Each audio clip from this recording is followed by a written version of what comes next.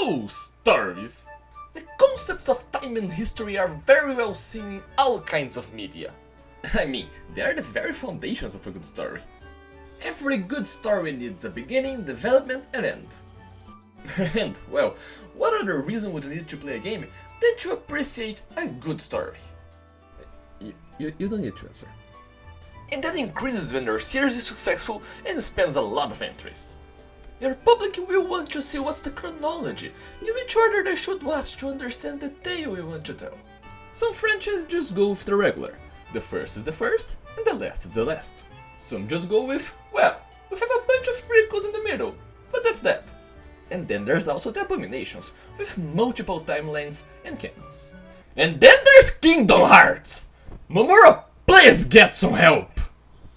Anyway, the same is true to Fire Emblem as well, though the series is in a bit of an awkward position regarding the continuity. The problem being, each game is its own separate world, with some rare interconnection. There is no timeline. Like, for example, Final Fantasy, in which every title is just its own story. Of course, this doesn't mean this story can't become a mess. Nomura is also working the FF7 remake, and we're seeing where this is leading. Regardless, this means that we have no timeline in Fire Emblem. Each game is its own separate little world with no interference whatsoever. Thanks for watching! Of course, you can interpret it like that. Normal people would. But we are not normal people. The goal today is to find the continuity between every Fire Emblem game, or die trying.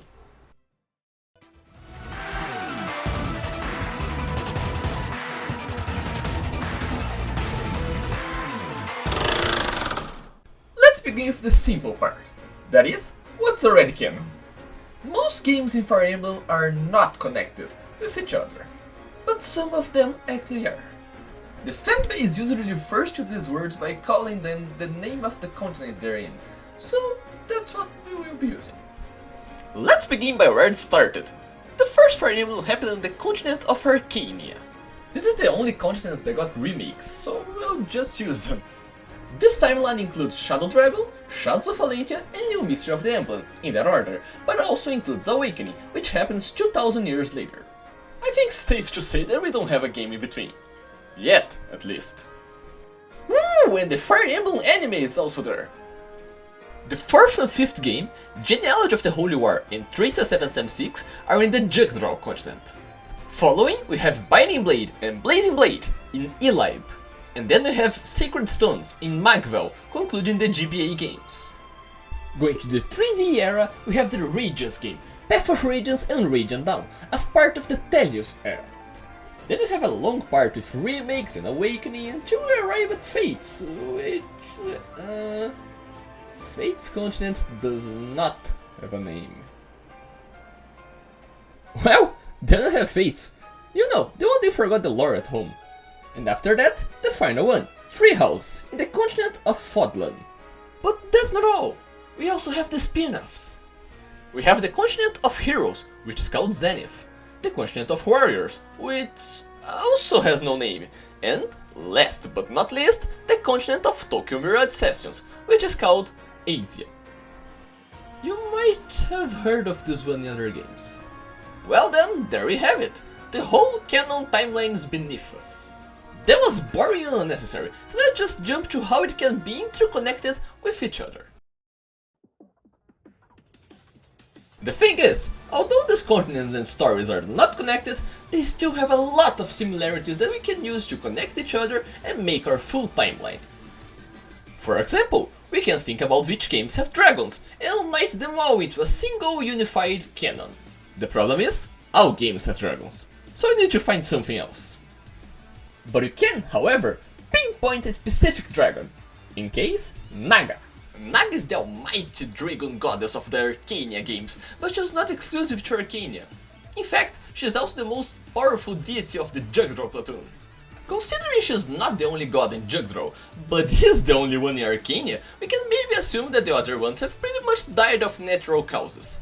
That puts Jugdraw before Arcania. Either that, or Naga made a coup and overthrew everyone. Depends on how power-hungry we imagine the dragon to be. Ooh, and the 12 Crusaders reappear in Awakening, so bonus points, I guess. Speaking of Draug, one of the main points of the game is the presence of holy blood. And which other game has holy blood? Well, none. But we do have something close enough, the crests in tree houses. We can try and say they're the same thing, but evolved. I mean, yes, they don't have the same powers, they aren't related to the same weapons, but that's how genetic evolution works. Probably. In the world of Fire Emblem, at the very least. So we can now assume without a drop of doubt that Holy Blood and Crests are virtually the same thing. They changed over the years, other gods took over and modified it, whatever. The point is, now Fodlan is before Draug. Well, we are beginning to have a clear connection. Speaking of connections, let's talk about the most sacred treasure of the Arcane games, almost the symbol of the whole franchise, the one and only, the Binding Shield. Also known by its most famous name, the Fiery Emblem. I guess the little falchion was too cool to not use as the symbol of the franchise in Smash, instead of, you know, the actual Fiery Emblem. Anyway, the fact is, every continent has its own Fire Emblem, and each of them are different from the other.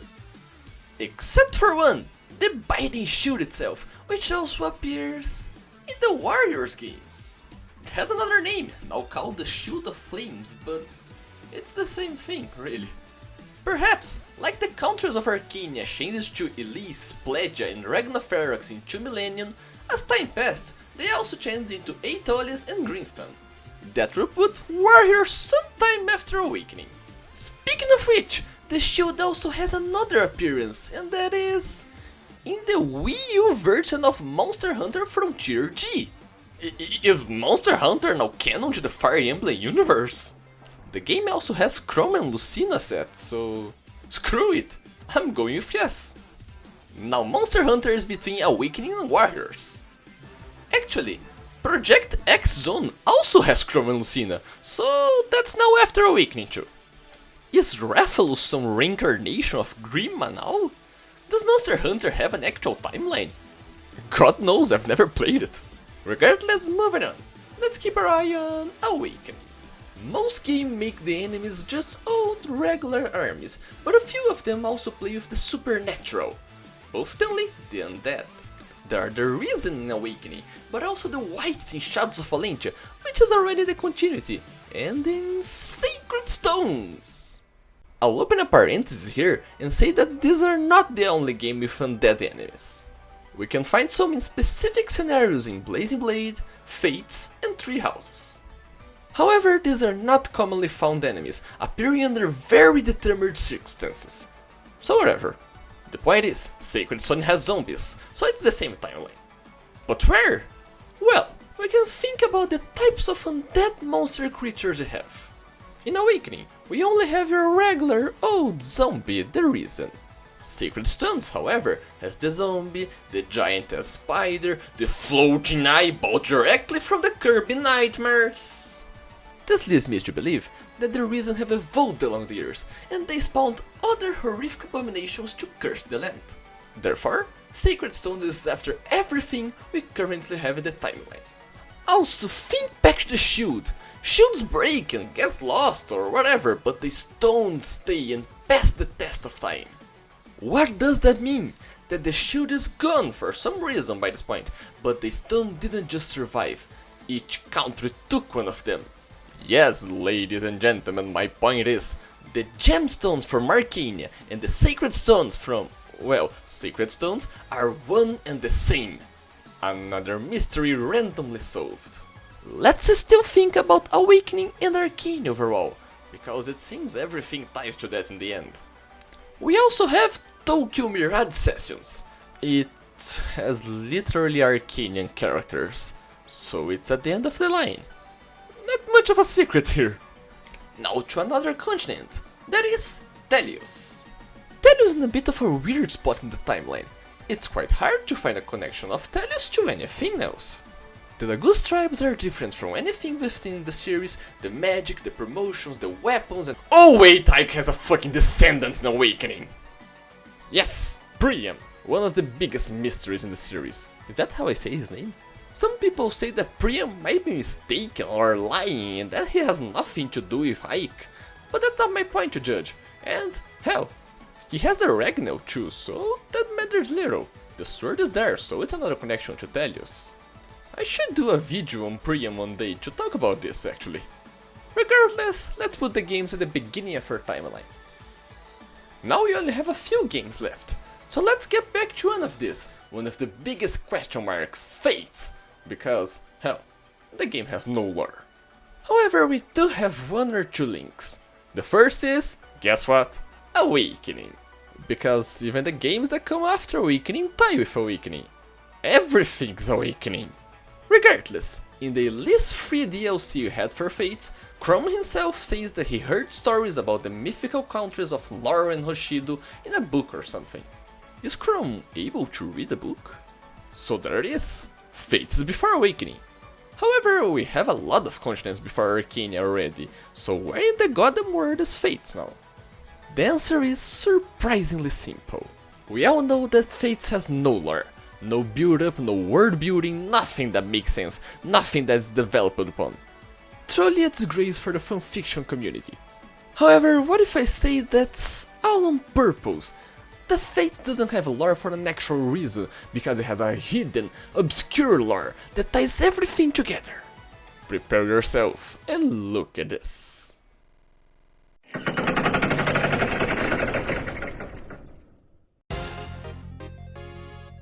Yes, my friends, Fate is part of Telios.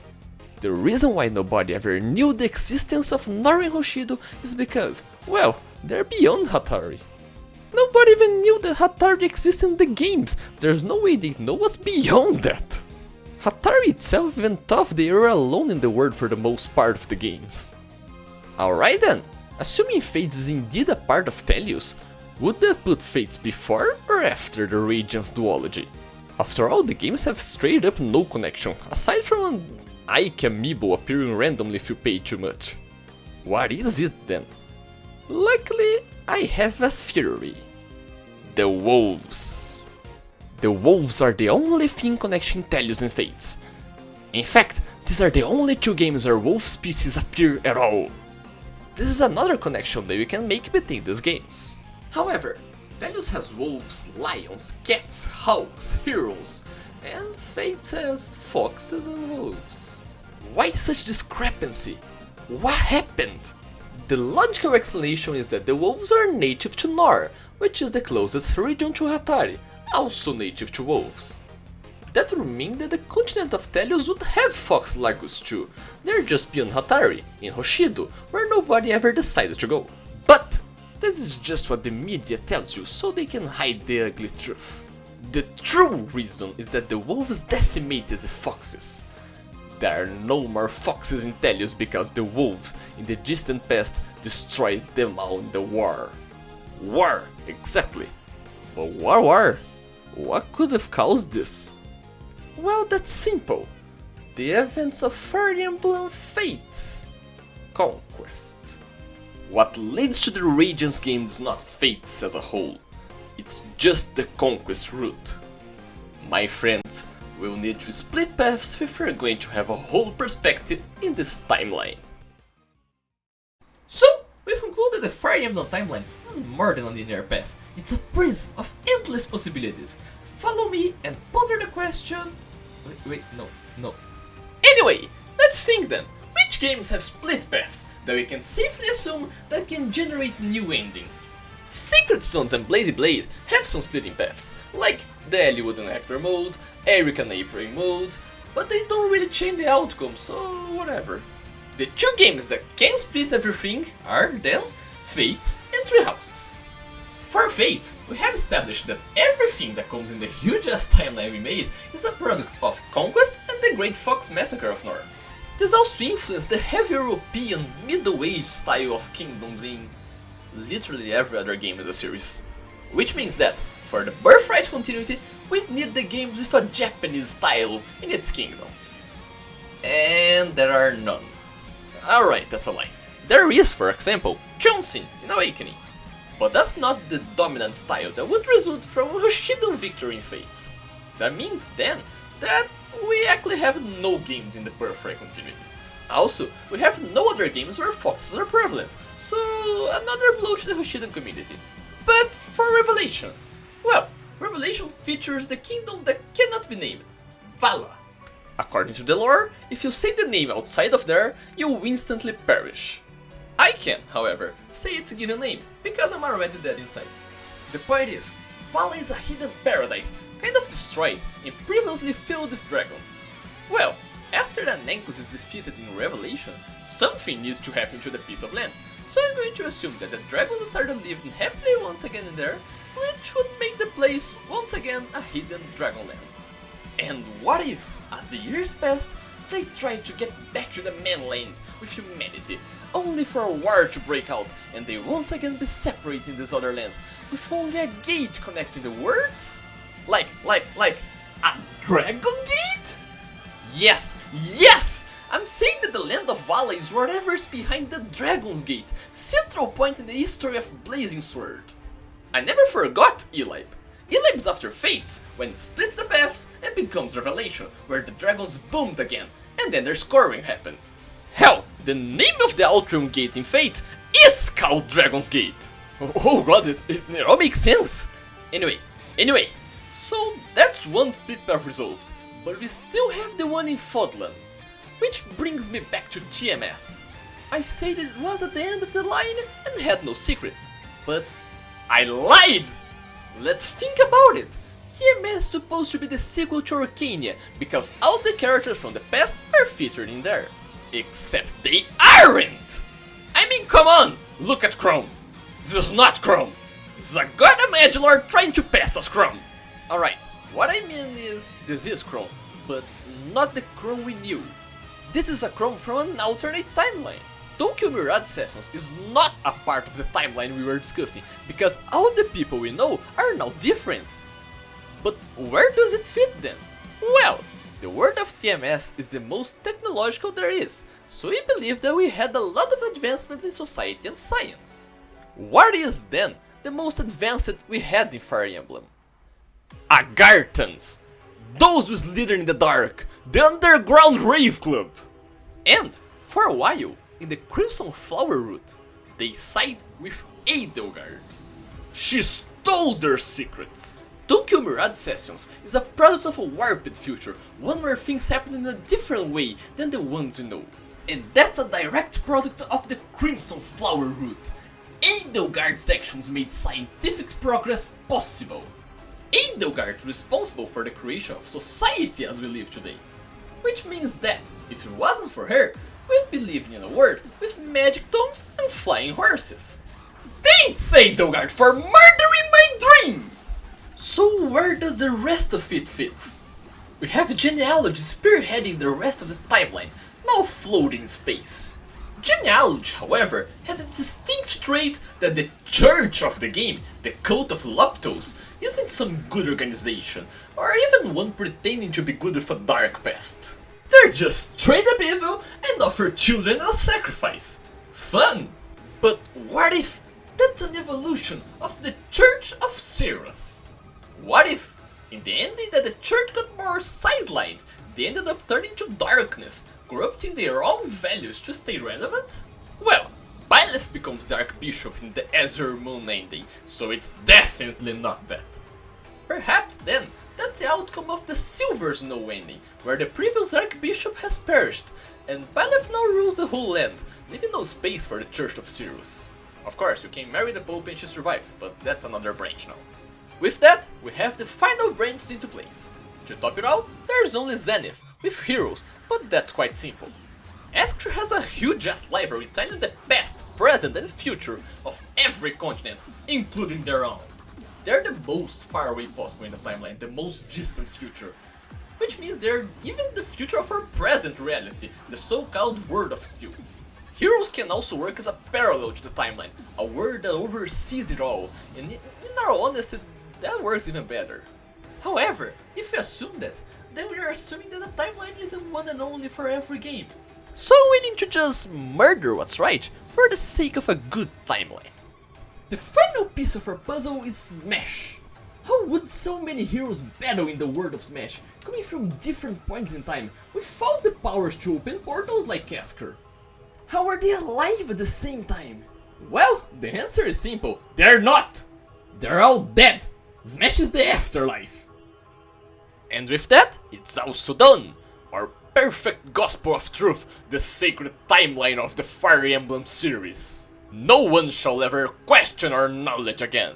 Go on, tell your friends and family that the Fire Emblem timeline has been decoded. We have won, my friends. We have won. That is, until the next game comes and it screws up the whole timeline, and that's something for the future. I'm not going to... Hey, thanks for watching. I appreciate for sticking until the end, and I would also appreciate any kind of feedback you may have. Until next time!